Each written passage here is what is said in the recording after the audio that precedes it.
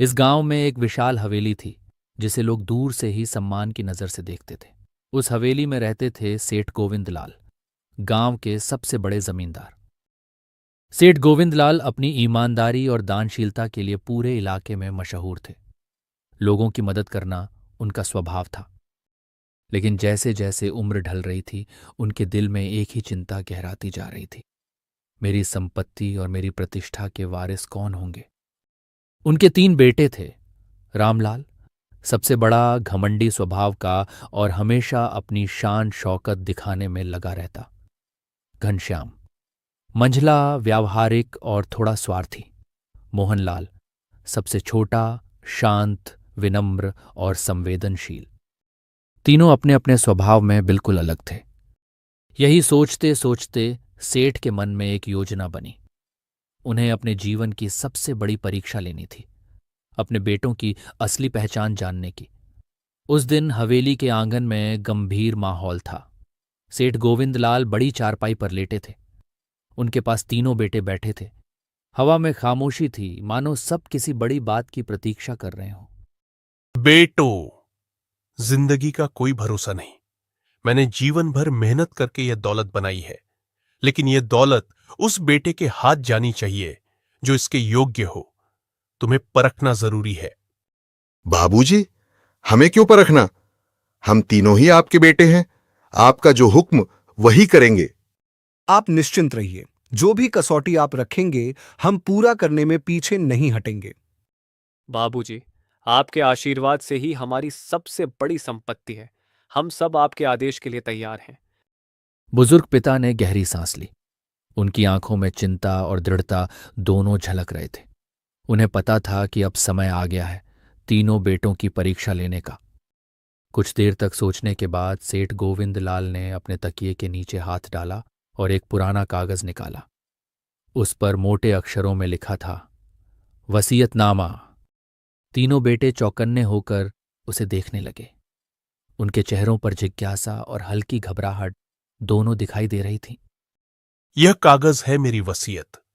इसमें मेरे धन दौलत का ब्यौरा है, लेकिन यह किसी एक के हाथ तभी जाएगा जब वह मेरी कसौटी पर खरा उतरे।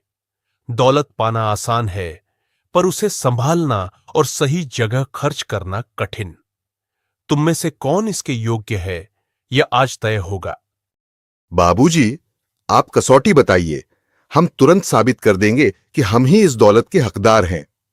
हाँ बाबूजी, जो भी काम कहेंगे मैं सबसे पहले पूरा कर दिखाऊंगा। मैं बस यही कहूंगा कि आपके आदेश को निभाना ही हमारा कर्तव्य है। सेठ ने तीनों को अलग अलग थैलियां दी। हर थैली में रखे थे ठीक 100-100 रुपए। इन पैसों से तुम में से हर कोई ऐसा काम करो जिससे यह हवेली आज शाम तक पूरी तरह भर जाए। जो इसे सबसे अच्छे ढंग से पूरा करेगा वही होगा मेरी असली दौलत का वारिस। तीनों बेटों की आंखों में चमक आ गई। अब असली परीक्षा शुरू हो चुकी थी। सबसे पहले बड़ा बेटा रामलाल उठा। उसके मन में विचार आया, घर भरना है तो सबसे आसान तरीका है भूसा खरीद लेना। भूसे से सारा आंगन, सारा घर तुरंत भर जाएगा और बाबूजी खुश हो जाएंगे। वह दौड़ता हुआ मंडी पहुंचा। वहां उसने दुकानदार से मोल भाव किया और पूरे 100 रुपए से गाड़ियों भरकर भूसा मंगवा लिया। बस जल्दी से जल्दी मेरे घर पहुंचा दो। शाम तक मुझे हवेली पूरा भरकर दिखाना है। थोड़ी देर बाद बैलगाड़ियों में लदा हुआ भूसा हवेली पहुंचा। नौकरों ने आंगन में ढेर लगाना शुरू कर दिया। देखते ही देखते पूरा आंगन भूसे से भर गया। चारों ओर तिनके ही तिनके नजर आने लगे। देखिए बाबूजी, मैंने आपका आदेश पूरा कर दिया। हवेली अब भूसे से पूरी तरह भर गई है। आप बताइए, क्या अब मैं आपकी दौलत का असली वारिस नहीं हूं? ठीक है रामलाल, देखा जाएगा। अभी दो और की बारी है। रामलाल के चेहरे पर गर्व था, लेकिन पिता की आंखों में अभी भी संतोष नहीं था। परीक्षा अभी पूरी नहीं हुई थी। रामलाल के काम को देखकर अब बीच का बेटा घनश्याम सोचने लगा। उसने अपने मन में तर्क किया, भूसा लाकर आंगन भरना कोई बड़ी बात नहीं। ये तो बस जगह घेरने जैसा है।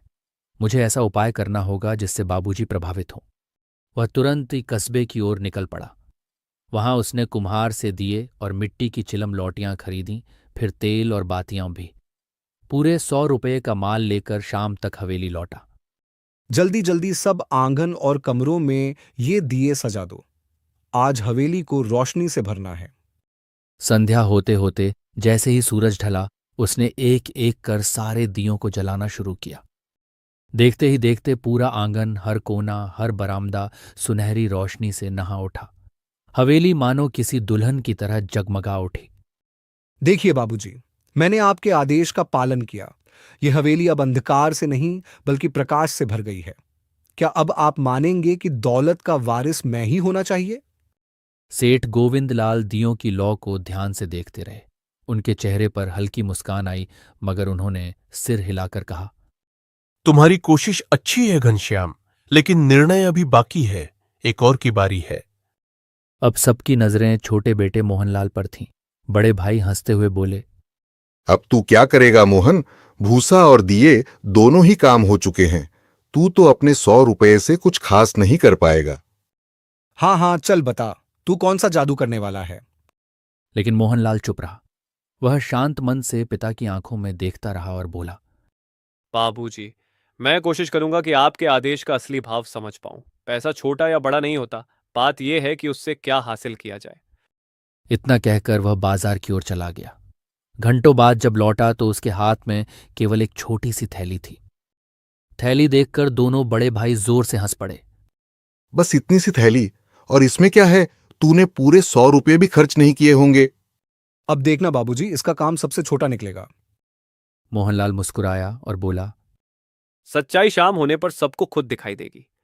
शाम गहराने लगी। हवेली के आंगन में रामलाल का भूसा अब बिखर कर गंदगी का रूप लेने लगा था। दियों की रोशनी भी धीरे धीरे कम हो रही थी। तभी सबकी नजरें छोटे बेटे मोहनलाल पर टिक गईं। उसने धीरे धीरे अपनी छोटी सी थैली खोली। अंदर से निकला एक बांसुरी और कुछ अगरबत्तियां। क्या यही है तेरी योजना? इनसे तू पूरी हवेली कैसे भरेगा? भाई, लगता है तू हार मान चुका है। मोहनलाल ने कुछ नहीं कहा। उसने अगरबत्तियां जलाकर आंगन में रख दी। देखते ही देखते हल्की हल्की खुशबू पूरे घर में फैलने लगी। माहौल सुगंध से महक उठा। फिर उसने बांसुरी होंठों से लगाई। जैसे ही मधुर स्वर गूंजने लगे, पूरा वातावरण बदल गया। दियों की लौ बांसुरी की धुन से मानो झूमने लगीं। मोहल्ले के लोग भी खींचे चले आए। हर चेहरे पर शांति और आनंद का भाव था। धीरे धीरे वह छोटा सा आंगन सिर्फ भूसे या रोशनी से नहीं, बल्कि सुगंध, संगीत और खुशी से भर गया। यही था असली भाव, मन को भरना, आत्मा को तृप्त करना।